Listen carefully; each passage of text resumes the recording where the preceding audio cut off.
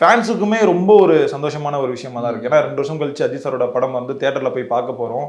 இந்த 18 படி ஏறி ஐயப்பாவோட தரிசனமே 1 வருஷத்துல கிடைச்சிடும். ஆனா அஜித் சாரோட தரிசனம் வந்து 2 வருஷமா கிடைக்கிறதுனால பெரிய வந்து எதிர்பார்ப்பு வந்து படத்துக்கு இருக்கு ப்ரோ.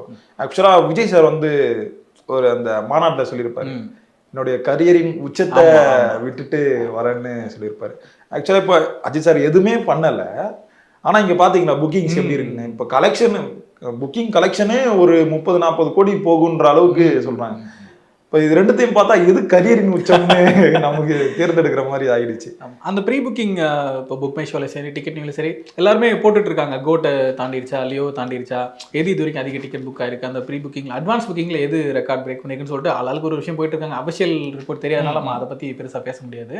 பட் தமிழ்நாடு பொறுத்த வரைக்கும் நமக்கு சாலிடா தெரியும். அஜித் சார் படம் இவ்வளவு நாள் கழிச்சு வருது அப்படிங்கிறப்ப எந்த கொஸ்டினுமே கிடையாது. முதல் வீக்கெண்ட் வந்து ஃபுல் கலெக்ஷன் தான், ஃபுல்லாவே புக் ஆயிரும். எல்லா டிக்கெட்ஸுமே எல்லா ஷோஸுமே ஃபுல் ஆயிரும். அதில் நமக்கு எந்த டவுட்டுமே இல்லை. பட் ஓவர்சீஸ்ல பெரிய ரெக்கார்ட்ஸ் எல்லாம் கிரியேட் பண்ணிருக்குன்னு சொல்லிட்டு இருக்காங்க. இது வரைக்கும் இல்லாத அளவுக்கு எல்லா படங்களையும் விட அதிகமான விலைக்கு வாங்கியிருக்காங்கன்னு சொல்றாங்க. அதிக ஷோஸ் போட போறாங்கலாம் சொல்லிக்கிறாங்க.